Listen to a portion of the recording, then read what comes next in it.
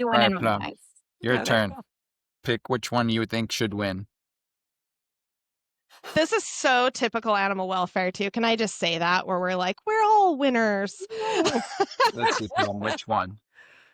So Plum has pointed at April's Like, picture. Oh, yay! Plum, don't Thank you, Plum. apologize for who you are.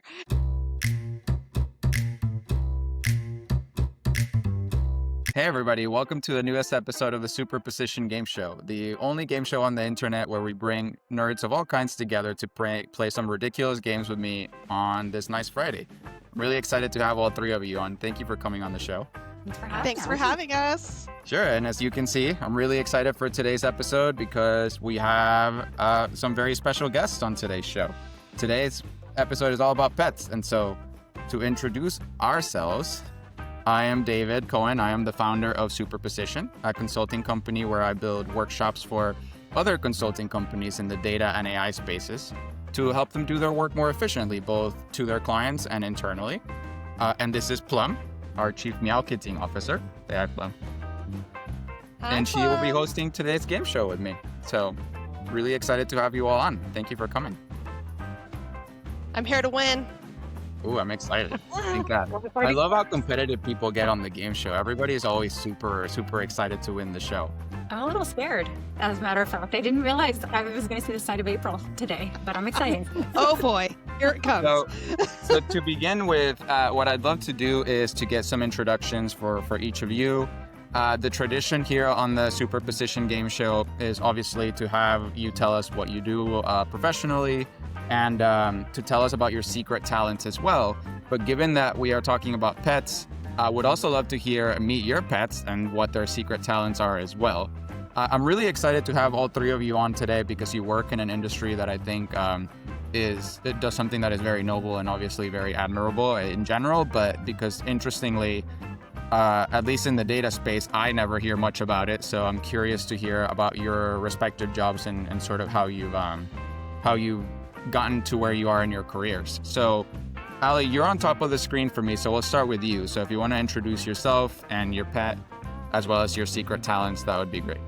Yeah, absolutely. So thank you so much for inviting me and excited to be here. My name is Ali Alston. I am the global leader of data and analytics for one of the largest veterinary systems in the world. So we have 3,000 hospitals across 24 countries. So I get to talk about cats and dogs all day, mostly from a medical perspective and how we deliver care. I learn a whole lot about our pets and all of the different, things as they experience, and go through healthcare for animals. So my pet at home is Jade. You can see some pictures behind me. She is 45 pounds, so I do not have her on my lap.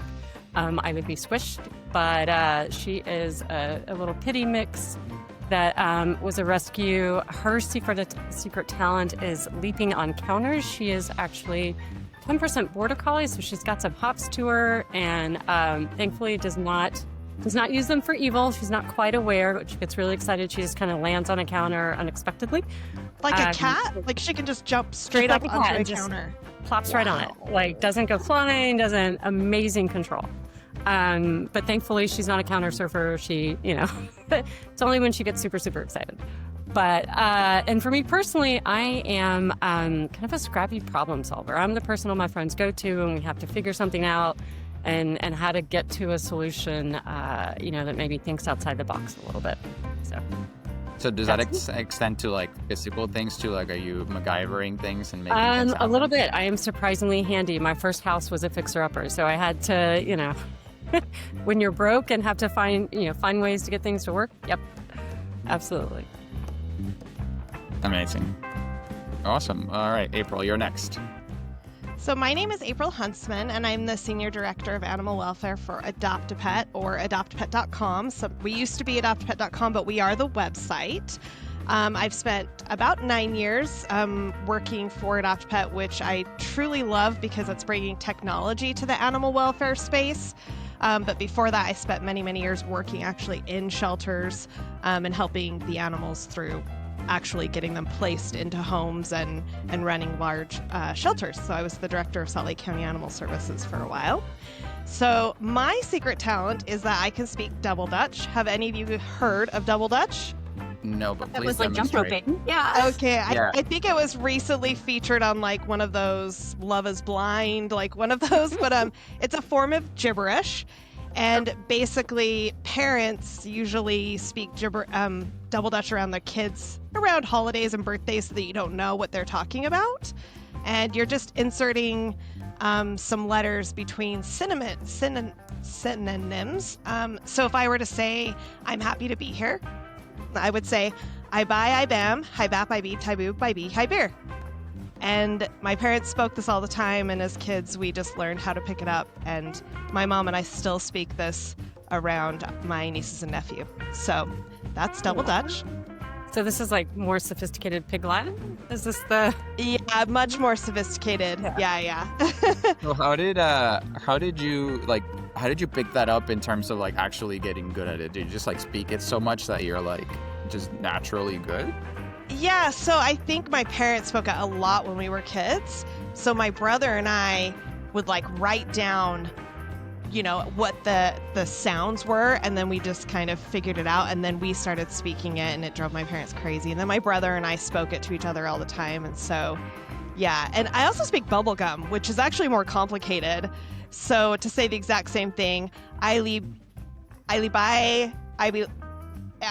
bam, highly bay, piley bap. See, that one's like really, really complicated. But yeah, it's just this crazy form of gibberish, and yeah, so kind of fun. And then my dog, this is Cupcake. She's 13 years old, and she actually was adopted from Salt Lake County Animal Services 13 years ago. And she actually can walk on her front legs. So that's actually how she prefers to walk. She lifts her whole hind end up in the air. So she has, she was probably in the womb and squished and got a little deformed on the back legs. So she just learned from a puppy to pick her back legs up, and she still does it today. And it's kind of like a little circus trick that kids really love when they see her walking down the street with her back end up in the air. So she's doing like handstands? Yep, she's literally doing a handstand the whole time she walks. She gets packed almost everywhere, so she doesn't walk very far. She's just, you know, under 5 pounds, and she's like a little old lady now. But yeah, it's a pretty special talent for a dog, I think. So if you guys in the audience you'll notice that April's picture in the board is actually with Cupcake, right? Yep. Awesome. All right, thank you, April. And then Michelle? Hi, I am Michelle Donovan, and I am the Senior Director for Insights and Analytics at Best Friends Animal Society. Been there for over 3 years now, and this is Boba. And Boba has been with us for about the same amount of time. Was rehomed, needed a home. We have no idea what breed he is. We make lots of guesses. When he goes to the vet, they make lots of guesses, but they're all different. So just some little guy that fits on my lap, but is not terribly interested in sitting on my lap for much longer. So Yeah, I think we'll let Boba go so that you can play the games and he can roam. Bye, Boba. Thank you. Thank you for making an appearance. Yeah, we appreciate Boba for making a guest appearance on the show. But in any case, it's wonderful to have you all on, obviously, given that in different capacities you all work in similar spaces to many other people watching. So are you ready to play the games? Let's Yes. go. Awesome. So I explained this to you shortly before the show, but just to recap, the first game is called Draw Your Career. So what we're going to do for each of these games that we're playing today is I'll introduce the instructions on the game specifically, but what I didn't tell you before the show is that there's going to be a twist for each of these activities. So essentially, as we're going along, I'll explain what that is to make it more fun. But there's a bit of a catch for every single one of the concepts that I mentioned to you. And as we're going along, I'll be scoring you to determine who the winner of the game show is. But the scoring system is sort of made up on the fly, right? So like part of the fun of the show is that you're just trying to make me laugh and see who gets the most points. Does that make sense? Yes. Okay. Do my best. So for the first game, what we're going to do is I want you to each draw a picture that explains the trajectory of your career. So this can be from beginning to end. It can be how you landed on the job you have now, what you like about the things that you do in your job. So I'm going to set a timer for 3 minutes, and you have the ability to freely draw in your boxes as much as you want. The catch that I didn't tell you about is that I want you to only draw with your non-dominant hand. So if you're right-handed, you're drawing with your left hand. And if you're left-handed, with your right hand. Does that make sense? Yep. It's hard enough with a mouse. Yes. So the half of the point of doing that is to even everybody out in case any of you are good at drawing. Because if you are, then that makes the game. It's like having a karaoke with somebody that's very good at singing. Yeah. I have a rollerball mouse, so this should be really fun. Ooh. Perfect. All right. So does everybody understand the game? Yes. Okay. So I'll start a timer and go and start drawing as much as you want. Oh gosh. Oh wait, hold on. Oh, no, it moved on me. No. No. That's not what I No. wanted to do. And as a reminder, you can draw on each other's boards as well. So once you finish your own drawing, feel free to just draw on top of somebody Yay. else's drawing. I can't even concentrate on anybody but myself. This is too much. Oh my gosh. How do we change the color? Yeah, how did you guys end up red? I That's pressed a the different red button. dot. Do we only have red and green to choose from? Is that what's No, going on? you can click on the pen and it'll open up. Double click on it and it'll open up more colors. Also, since you guys asked to meet her last time, this is Patches. Hi, Patches. Aww. She is not as into being on camera, so she will not be joining us as much today.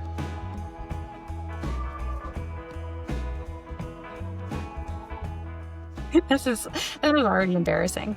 Oh my gosh. It So looks you're like gonna I have to drew a explain yourself unicorn, too, so be ready. but I didn't mean to draw a unicorn. That's okay. Part of the journey is sort of getting there and seeing what comes out.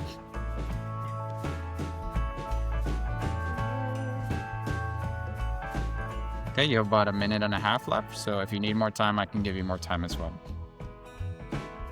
Oh goodness.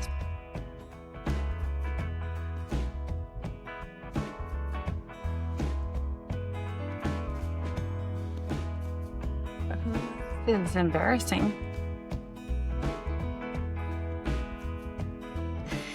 Wait a minute, you guys have a lot more on your screens than I do. Am I falling behind? No, you still have 1 minute, so plenty of time.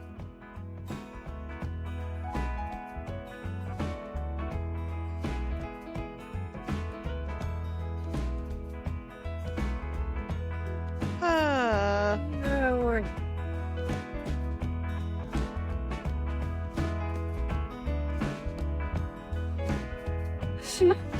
Oh no, this does not look like the animal I was trying to make it look like. That's unfortunate. It looks like Pikachu a little bit. A little bit, yeah. We deal with lots of Pikachu at Best Friends, I guess.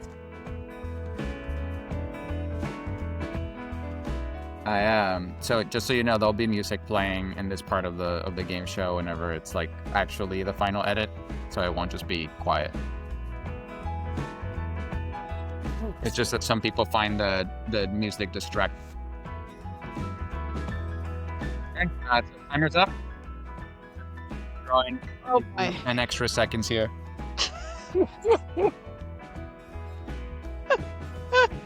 Awesome. Oh, Michelle's is good. Okay.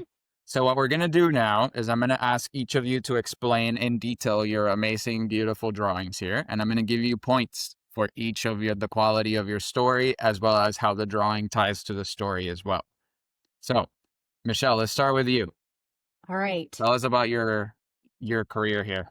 Okay, I started at the bottom as an academic where nobody wants to stay for very long, it seems like, if you follow LinkedIn. It seems like everybody's trying to get out of academia and get into industry. So that's my apple for being a teacher and a professor and being in school for entirely too long. It's a little deformed, but maybe there's a message in there too. I'm not sure about that. So I went from there to that's supposed to be a gavel, Mhm. perhaps. I can Oh, see it. I Gotcha. can see it. okay. Yeah. I felt like that was maybe easier than like the scales to balance or Lady Liberty or anything like that. But I moved into the judiciary. I worked for the Arizona courts for nearly 10 years doing data work and then moving up into more analytical, complicated stuff.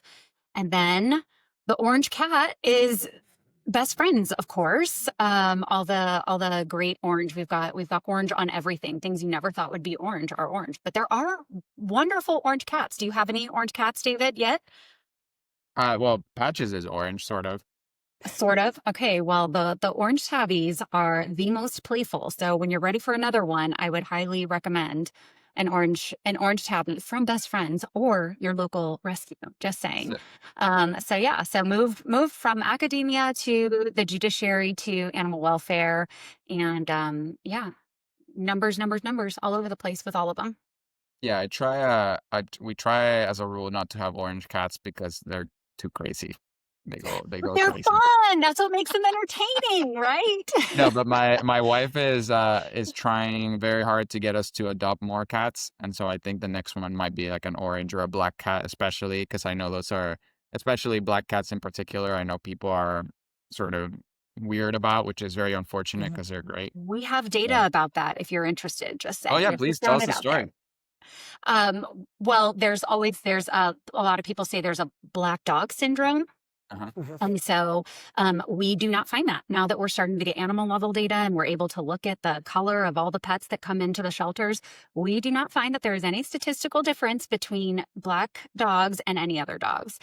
We also don't find that there's any influx of black cats. In fact, there's maybe a little bit, very tiny, small effect size for a reduction in the number of black cats in October because everybody wants a black cat in October. So actually some good news there. Wow.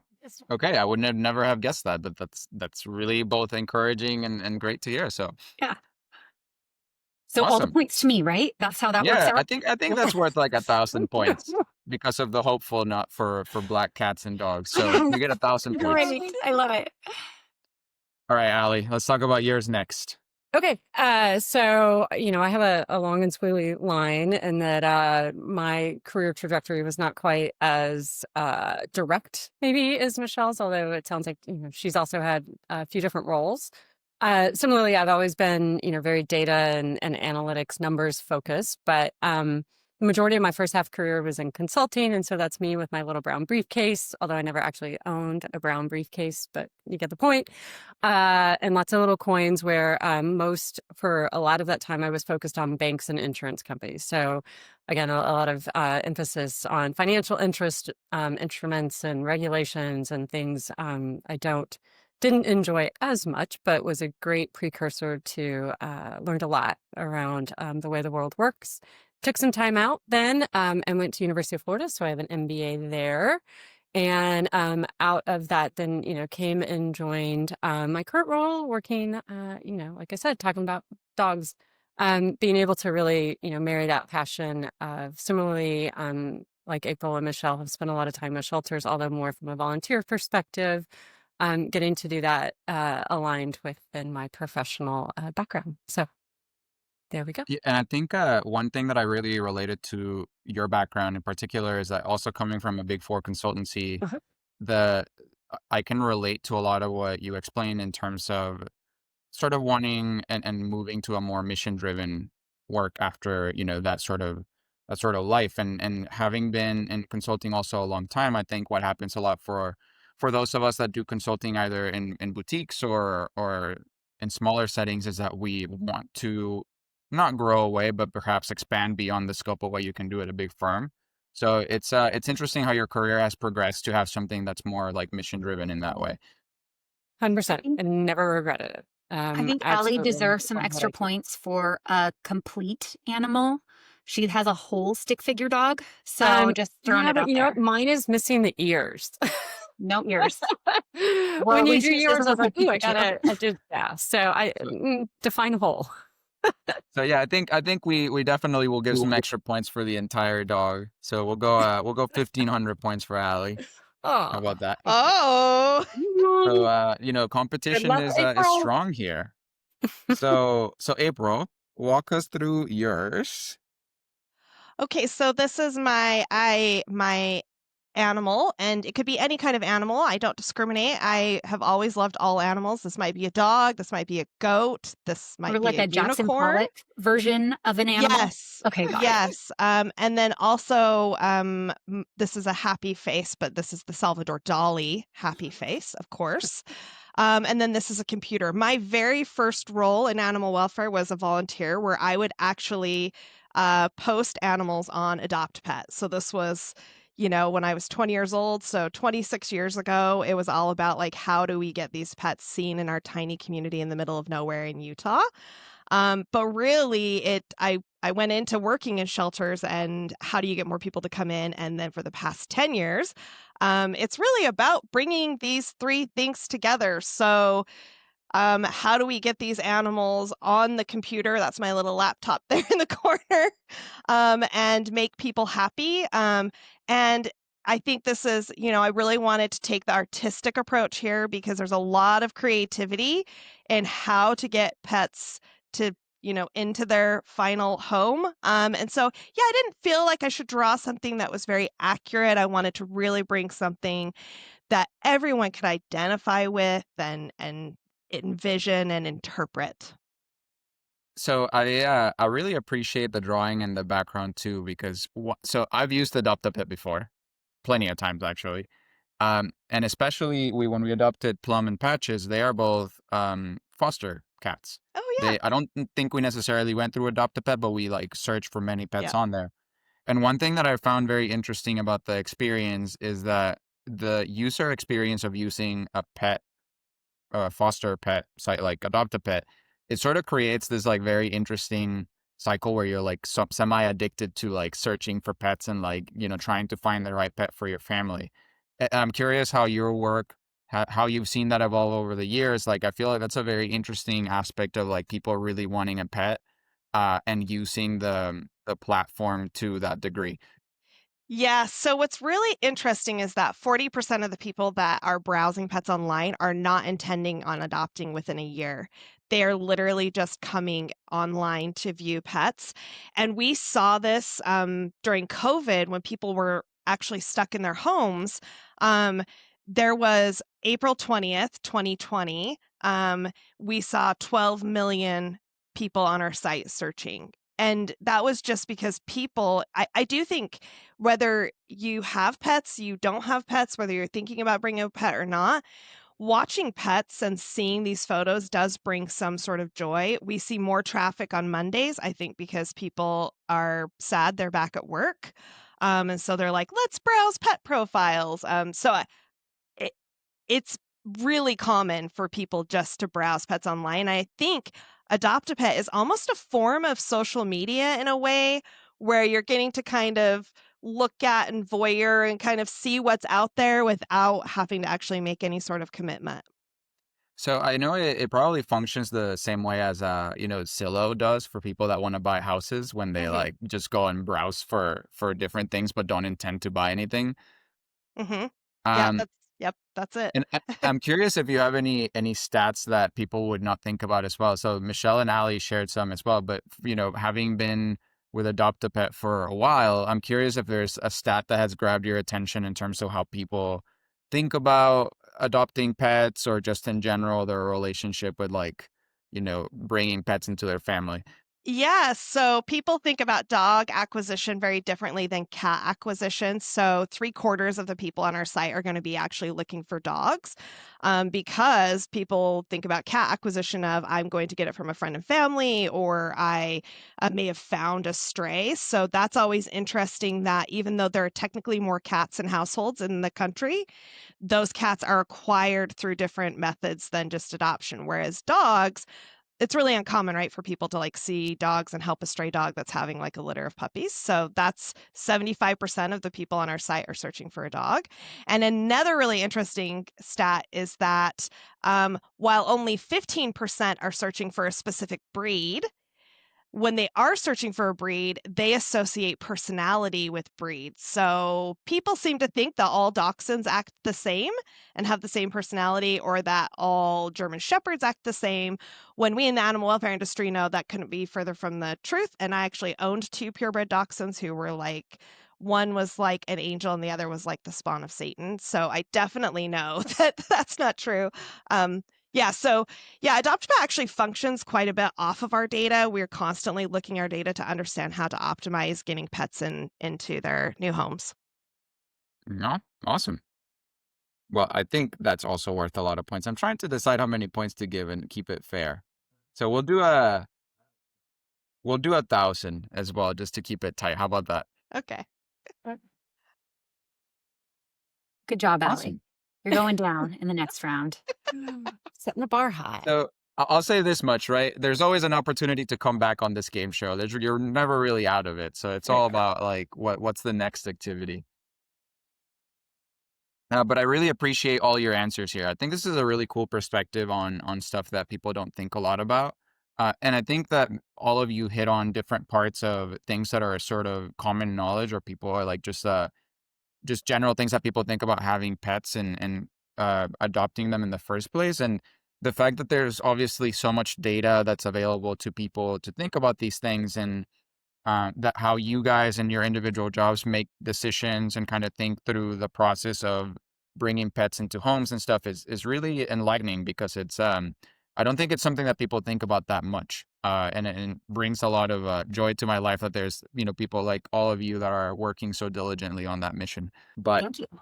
okay, so are you ready to move on to the next activity? Sure. Yes, Let's do it. with some trepidation. Okay. Well, we'll get there. We'll get there. So the next activity is called Sniffing Out the Lies. So I explained this one to you a little bit as well. The concept for this is that I'm going to want you each, in the red stickies that you see on the board for the second activity, to put down 3 facts about yourself. What I want these 3 facts to be is for 2 of them to be true and for 1 of them to be a lie. But obviously, I don't want you to label them. So you're going to put them all 3 of them as if they were true. What we'll do is, after you put down your facts, I'm going to have you explain and basically sell each of them. And then I'm going to ask the other 2 contestants to guess which one is the lie. Does that make sense? Yes. The trick for this game is that I'm going to play with you all. So you're not only trying to get everybody else to guess which one is the lie, you're also trying to get me to guess which the lie is. The second part of the twist of it is that if I guess correctly and you don't, then you will lose points. That make sense? Yeah. So we can go in the hole? Yes. Technically, yes. Okay. Okay. And Bye. the other side of that is that if you are the one that's providing the answers, I suppose, you will get more points the more people that you get to get the answer wrong. So obviously you're going to want to both pick 3 things that are conceivably all true, but also be good at selling the lies so that people will get it incorrectly. Does that make sense? Yeah. Okay. I think so. So I'll set a timer for 3 minutes here just to give you a chance to put in the sticky. So just double click the sticky and write it down using your keyboard, and then we will go through and talk through them. So go ahead.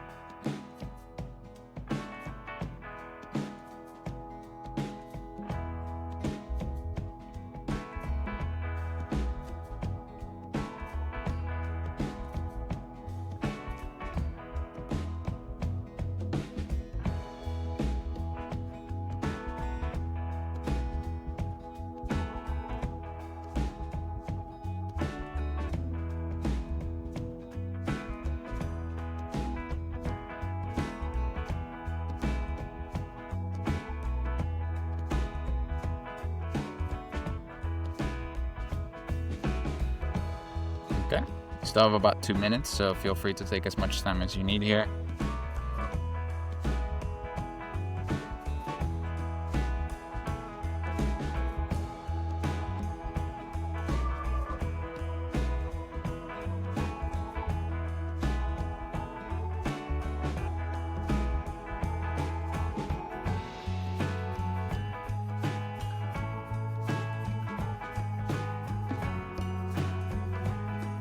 Ooh, these are hard.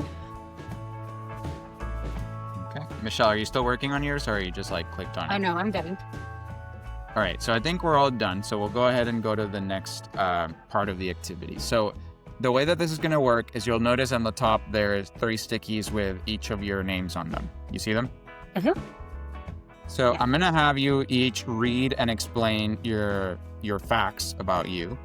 And then I'm going to ask each of you, the remainder ones that are not, the person speaking, to move the sticky with your name on it to the one that you think is a lie. Obviously, the participant or the person explaining would not move anything. Does that make sense? Yeah. Okay, so Michelle, we'll start with you. Let's talk about your facts here. Please explain. All right. So when I was 16 years old, I sang on stage with the band Chicago. My mom won a radio station thing, and she got nervous and got stage fright and let me go instead. Hmm. So that's number 1. Okay. Number 2, Boba is not actually my dog. Boba is my daughter's dog, and she is off being a kindergarten teacher today, and that's why I was able to borrow him. And my last one is that I went to Paris with a friend to do photo recreations of Renaissance paintings. We went all over, and there's just so much French art. We were able to do kind of those silly recreations of the family photos. We were able to do that with kind of Renaissance art, the tasteful ones that you could do in public, of course. So I really want that last one to be true just because I'm going to ask for a photo if it is true. So I'm going to go ahead and move your stickies and vote for the one that you think is a lie. April Oh. and Allie. Ooh. And as a reminder, if I guess correctly and you do not, you will lose points. Oh, Allie and I are on the same page, huh? Okay, Michelle, let's hear it. Which one's the lie? The last one, I did not do photo recreations. Oh, man. I knew you'd gone to Paris. I was like, well, maybe I had to throw you off a little bit, Allie. I knew you knew that about me. So have you done this at all, or you just didn't do this? We did go to Period. Paris, and we did a silly thing, but it wasn't the photo recreations. We actually did we are in the same workout class at 5 a.m. And so we did workouts, but in Paris kind of thing. And so we did things where we were walking up museum steps, or we were jogging across crosswalks, or we were doing curls with wine bottles and things like that. So it was not the Renaissance photos. So tell us more about this Chicago story. So what was how was the experience like? What did you enjoy it? Yeah, I was 16, and that is not really of my era. So I did not know any Chicago songs. Okay. And they tell you one song that you're going to sing. It's the same one they do, at all of their different shows for whatever competition they have. And so I spent the entire show backstage learning a song. I am not vocally trained. I am not a good singer. None of that stuff. But I bought a cute outfit. And at the last minute, my mom was we were both backstage, and she was like, I can't do it. I can't do it. So I ended up doing it for her. And that was, my first taste of being on stage, I guess. Have you been on stage for any other concerts since? No, but maybe I should. Maybe I need a redo, right? Maybe. Awesome. Okay, well, so do actually, unfortunately, Allie and April, you know what this means. You guys are going to lose a few points here. So Allie, I think we'll take off 250 for each of you. So that would put Allie at 1250 and April at 750. And That's then fair. Michelle, we'll give you the points that they lost because you got them to guess incorrectly. So 1,500 points in total for Michelle. So Allie, let's go through yours. Explain yours, please. My in my youth, I'll say, for exercise and other things, I've completed 9 triathlons. So I really enjoy the multi-sport aspect of that and the training. We talked about, people think particular dog breeds and things have a special, type of person. I think we always think, cat and dog owners are similar, right? Everybody, loves one more than the other. I am 100% in on dogs. I've never owned a cat. Sorry, cat people on the phone. Um, and in my, variety of consulting, one of the cool things I got to do was design part of an NCAA system. And as an avid sports fan, that's always fun too. Hmm. This is tough. They're all, Yeah, they're all seemingly plausible. So, all yeah. right, you guys know the drill. So pick the one that you think is a lie here. This seems weirdly specific. Like it's probably not 9. It's probably like 1 or 2. I know Allie is very athletic, but I'm wondering if maybe it's just not the triathlons part of it. Yeah, I think it's the number of triathlons that is probably the lie, but we'll see. All But right, April, also, which I mean, one? if it wasn't a round, realistically, it wouldn't be a round number, right? Okay, I'm gonna pick a random one. I don't know.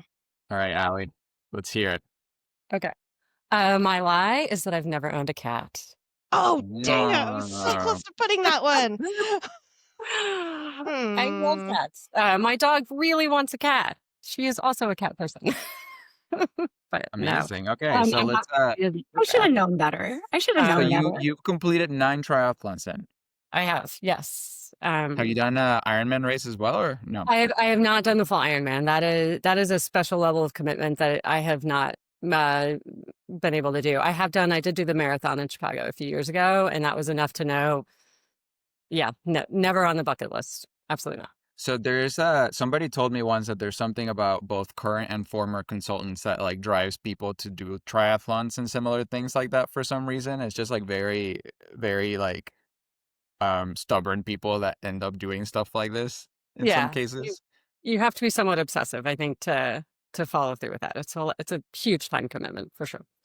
So what's the story behind the like NCAA project and how that came about? I'm curious. Yeah. So one of my early projects coming out of grad school was they were moving a lot of things online, and this was back in kind of the early 2000s.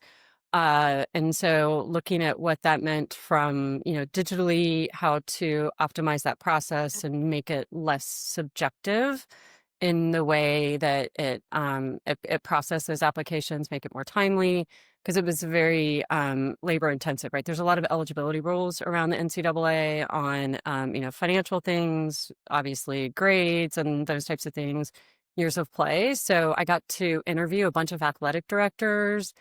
And again, just as a sports fan, it's the coolest project I've ever done in my 30-year career. So but it's also one that you don't get to talk about very often, and I don't even know if it's still in existence today. But it was a really fun thing to get behind the scenes. Well, you get to talk about it today, so yeah, so cool. Awesome. Cool. Well, so similar to the last one, we all got it wrong. So I guess April, I'm sorry, you're gonna lose more points.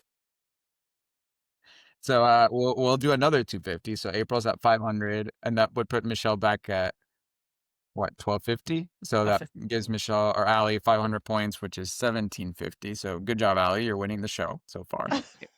We're just all really good liars. That's This is well, don't worry, the last activity will make it all even. So April, your turn. okay. Let's talk through yours. So I have lived off grid several times. If you don't know what off grid is, it means you're living off the nature. You don't have power. You're using solar and water tanks and things like that. I danced competitively in college, so I started dancing when I was like 6 or 7 and danced my whole, through high school, and then was able to dance competitively when I was in college at the University of Utah. And then I grew up digging dinosaur bones. My dad did this when I was a child, and so I would go out with him and we would do this, and I grew up with like dinosaur bones in the house, and femurs and skulls and all that were hanging around the house all the time. You guys are all weirdly good at this game. Like these are all been really hard. This is really hard. Okay. So Ali and Michelle, pick up the one that you think is incorrect. Mm, They're all plausible. I know. yeah. The femur was a really specific. Yeah, and actually, I'm gonna change my answer. I think that's right. That was way too specific.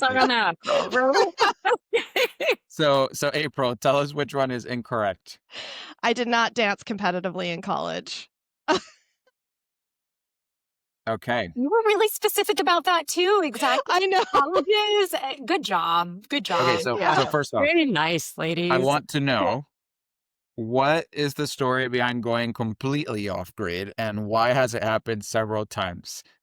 So I really do enjoy like living in small spaces and whatnot. So I owned an Airstream and I owned property up by Zion National Park. And so I Mhm. lived there for a couple of months in my Airstream with just like a water tank, solar, Starlink. And then every year my husband and I live off grid in Mexico for 1 to 2 months out of a truck camper. So yeah, we just have Starlink. So I still work and live, but you're you don't have power. Showering's an interesting experience. But yeah, it's just we enjoy it. I enjoy it. It's like challenges your comfort, I would say. And then when you come home to your house, you're really grateful for running water.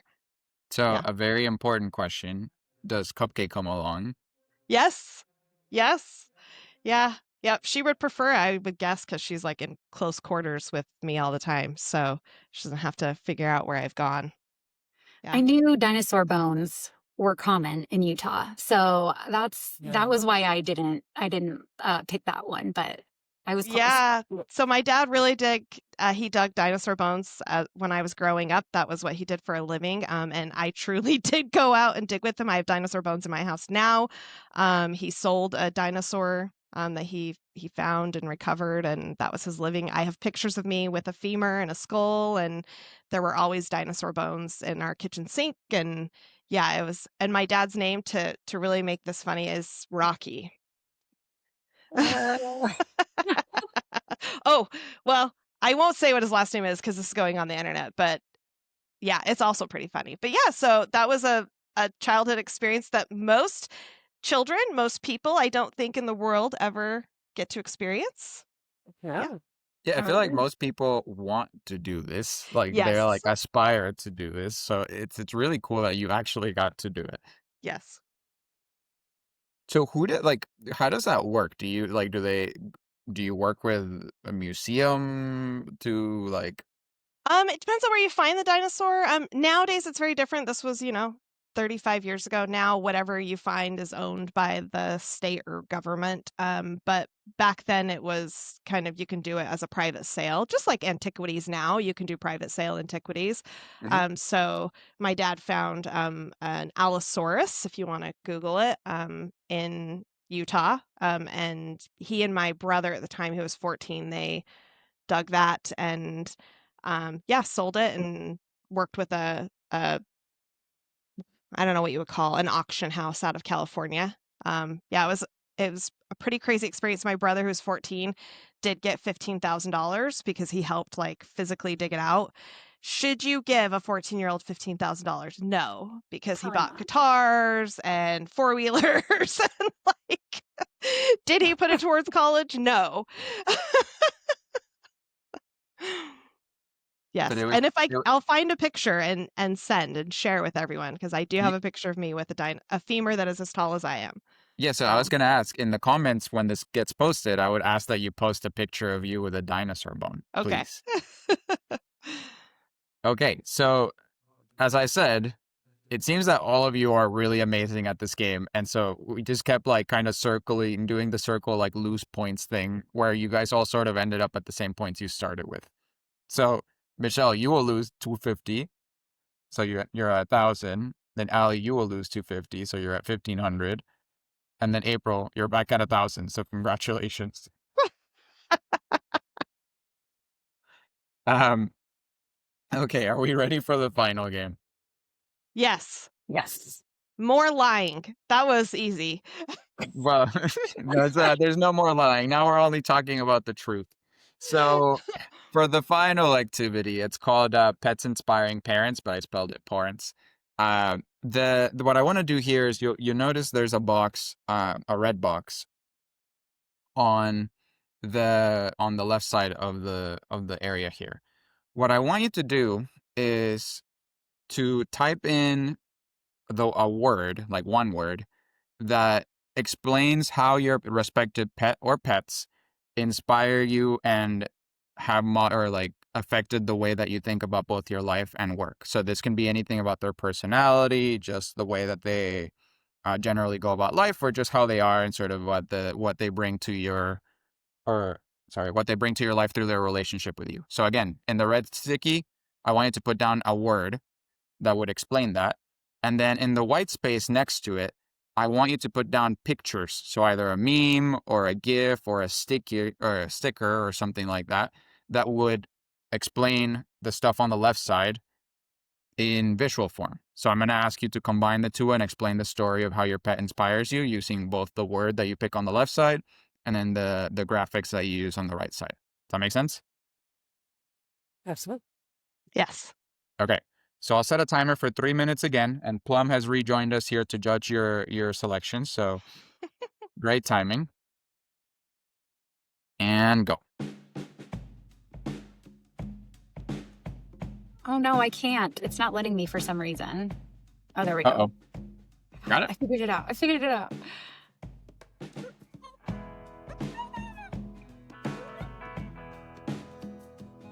Okay, it's not. I can't. It's the little bubble on the left, right? Yeah, I don't have a bubble either to like. A bubble? Oh yeah, you might have. Hold on. Here, try now. Oh. To like insert the emoji. Yeah, you may have to just Google it and then like copy and paste it from like Google or something like that. If that doesn't work. Or just like download it on your computer from Google and then put it on the board. I can give you an extra minute.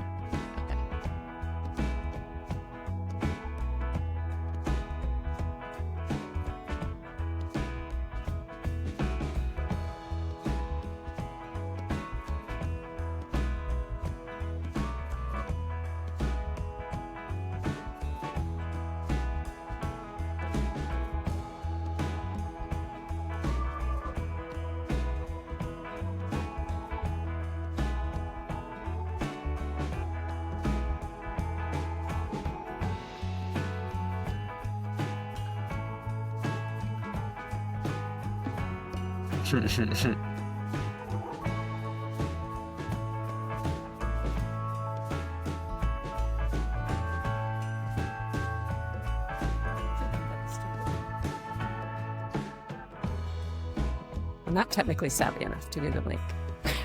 Yeah, I know, I'm struggling with this. Yeah, That's I got you. We can do the. We can do the complex things. Don't ask me to do simple things. Thank you. I'm getting it. Hold on.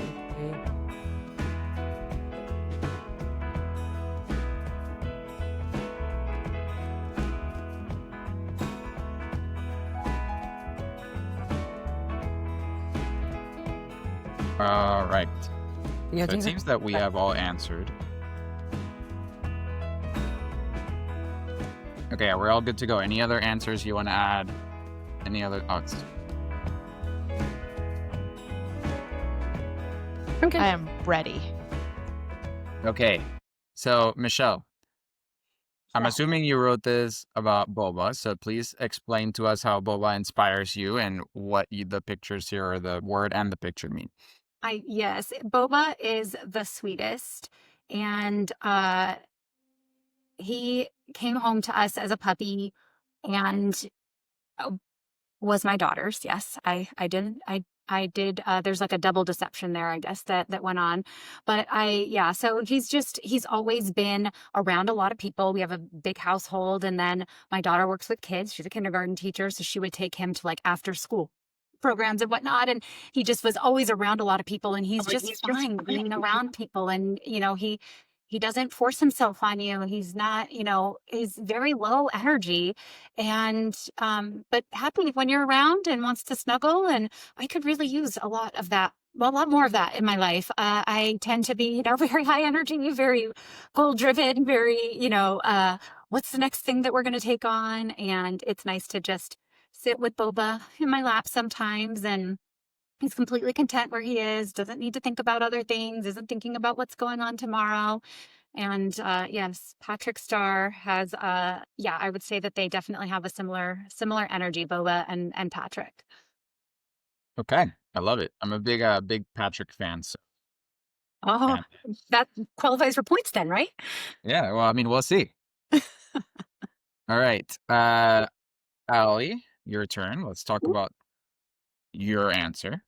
Yeah, so Jade is just, she wakes up every day and is just excited by life, right? And just she loves people. Like I said, she loves cats. She, when she sees someone she recognizes on the street, like she just can't stop, like her excitement. And she just physically, she'll bounce and smile and all the things. And it doesn't matter, good day, bad day. She never has a bad day, right? And so just constantly reminds me that there's always something to look forward to, even in the same walk we do every day and stopping by and seeing the same people. We go to our chiropractor and we get a pup cup, and she gets the same excitement, the 100th pup cup that she'd had on the first one, which is just amazing. Oh, that's so sweet. Awesome. All right, then April. Yeah, so my word is unapologetic. And if you've not heard of Emoji Kitchen, please leave this with look up Emoji Kitchen. You can basically combine emojis and make your own all day long. So this is my dog, and this is not Cupcake.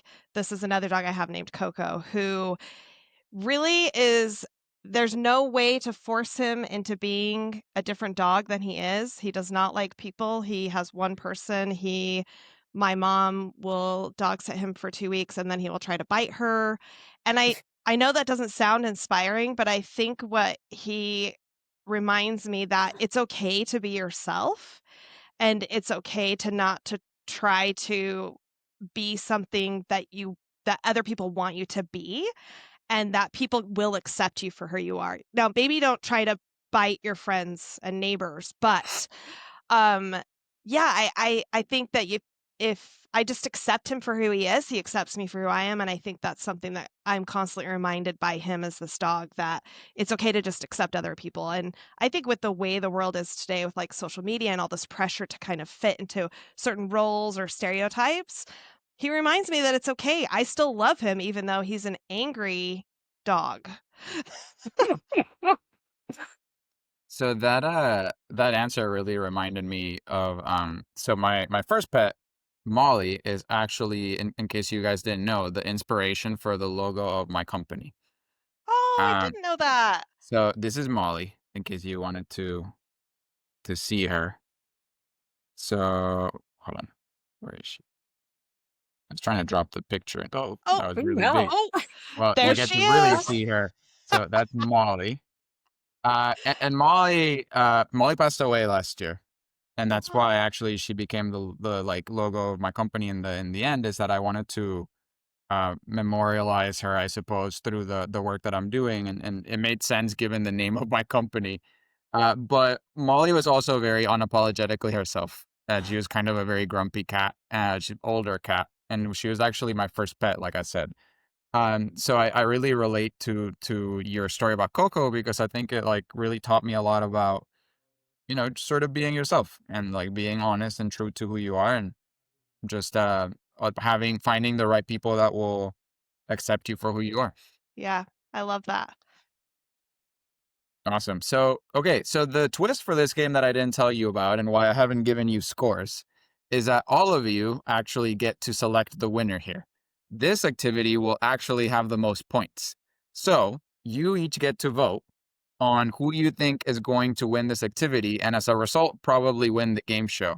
The additional twist for today's episode, given that we have a special theme, is that Plum here will get to pick also instead of Although me. she stops bathing herself. So let's go with you guys first. Which one would you individually pick? And then Plum will get a vote. Oh, they're so good. I don't know. I think I'm going to pick Michelle just because I like that the kind of chill, like as somebody who also is kind of like a border collie, like give me a job to do, what do I have to do? I think it is, yeah, I like that one. So that's my winner. Oh, thank you. Sorry, Allie. No, you're fine, April. I was going to choose you because I think, especially in the world today, right? Like being authentic and unapologetic. We need more of that. So, agree. I know. Am I allowed to pick Allie because Plum gets to be the tiebreaker? Sure. Okay, I pick Allie then because you're the only one that brought a gift to the game, and I think you deserve some kudos for that. And also your stories about the joy on the 100th Pup Cup is the same as the first. Like, yes, that perfectly encapsulates your sweet doggy. So you All went right, in really Plum. nice. Your Yeah, turn. Pick which one you think should win. This is so typical animal welfare too. Can I just say that where we're like, we're all winners. Let's see, Plum, which one? So Plum has pointed at April's picture. Oh, Plum, don't Thank you, Plum. apologize for who you are. Because Plum, as you can tell, just like Coco, is very unapologetic about who she is. So, April, that means that you are the winner of the game show. So, congratulations. You have 2,000 points. Yay! I came up from the rear. Yeah, it was a little rocky there while you were losing points, but you made it back. No pun on the Rocky. Yeah, there you go. So, very true. So, you're joining a very exclusive club of the winners of the Superposition game show, now the 6th winner. So, congratulations. Yes. This is actually better than my Dundee Award.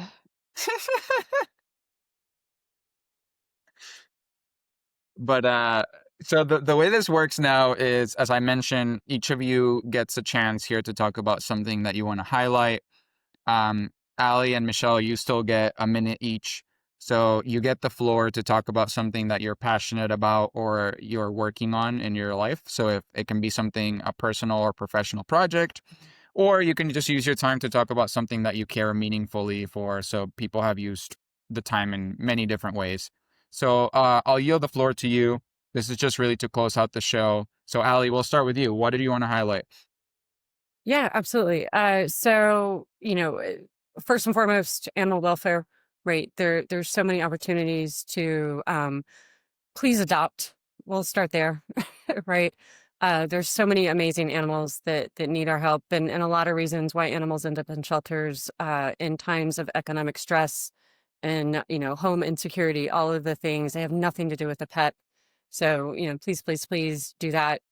Alternately, I also sit on the board for Girls on the Run, so I'll make a quick plug there to embrace your charities and anything that's passionate to you right now. It's important in all that's happening in the world that we're still supporting these organizations that sometimes are really struggling. Amazing. Thank you so much for sharing. Michelle? Yeah, David, I have been actually working with April a little bit on a project that is pretty cool. So I hope you weren't also planning on chatting about this, but we have we've been doing some analytics around with the Adopt Pet data and other data that we've collected from other sources as well to really help shelters understand the value in marketing their animals and how they can do that and how they can improve.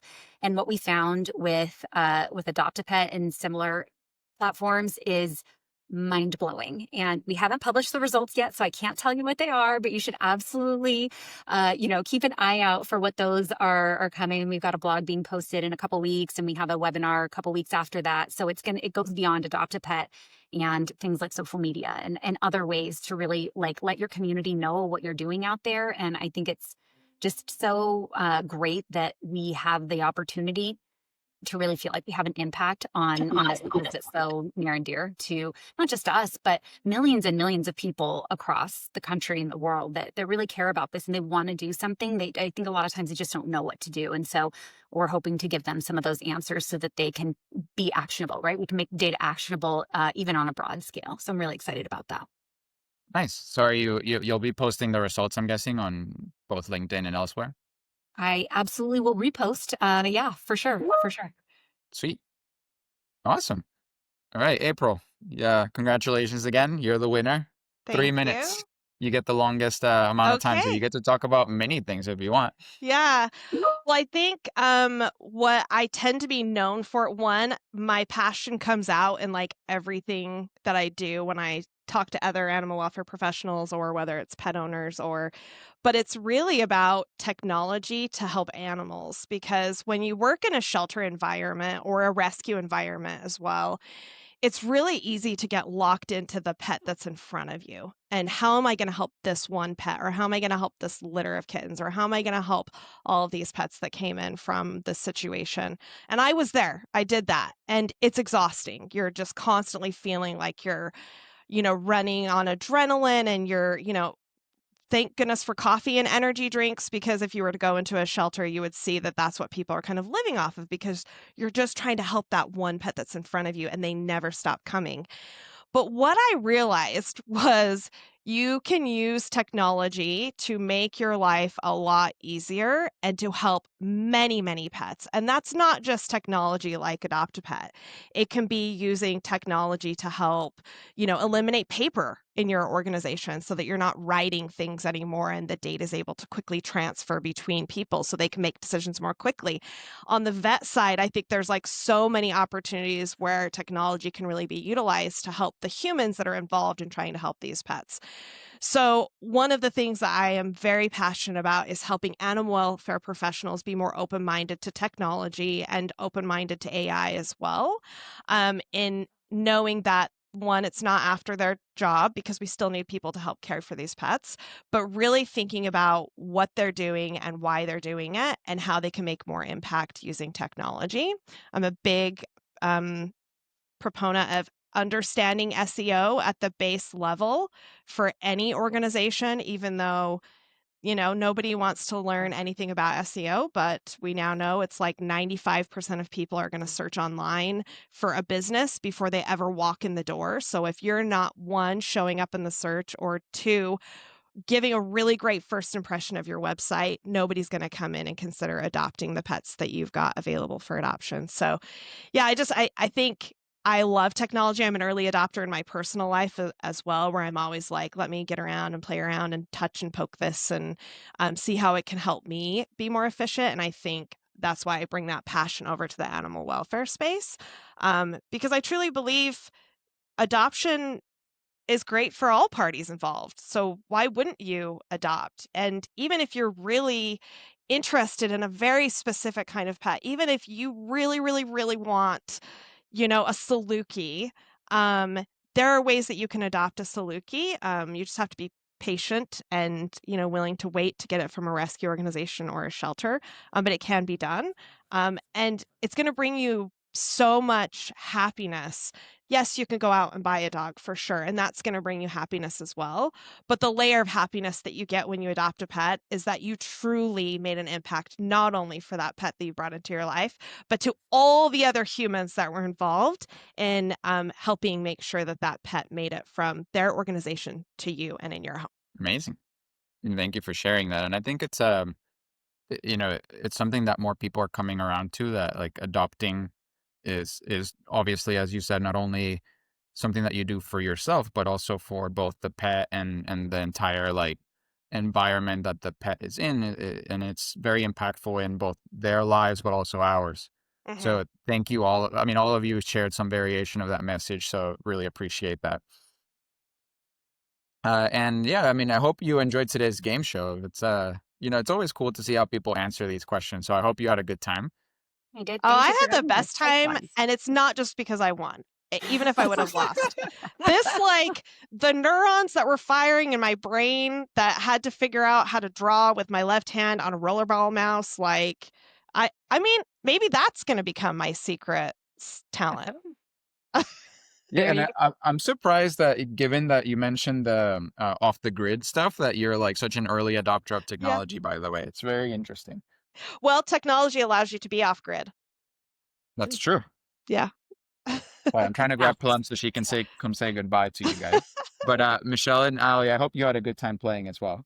I did. Thank you so much. We did so much fun, and very much appreciate the opportunity to, to talk about something that we're clearly passionate about. So thank you for Of that. course, and for everybody else in the audience, if you guys want to learn how we at Superposition use these workshops to help other consultancies in the data space and in the AI space, as I said, do their work more effectively and use these for both serving other clients and also internally to grow their own companies, we're always happy to chat. So please give us a follow on YouTube and like and subscribe as usual, as well as follow us on LinkedIn, where I post pretty regularly about how to use tools just like this one for supporting and building out data and AI related use cases.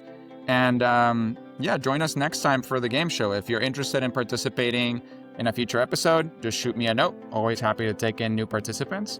And Ali, April, Michelle, a pleasure having you all. If you don't mind staying around for a couple seconds after, want to check in on a couple things, but thank you, everybody. Thank you. Thank you. And hold on, before I say bye. Say bye, Plum. Bye, Plum. Bye, Plum.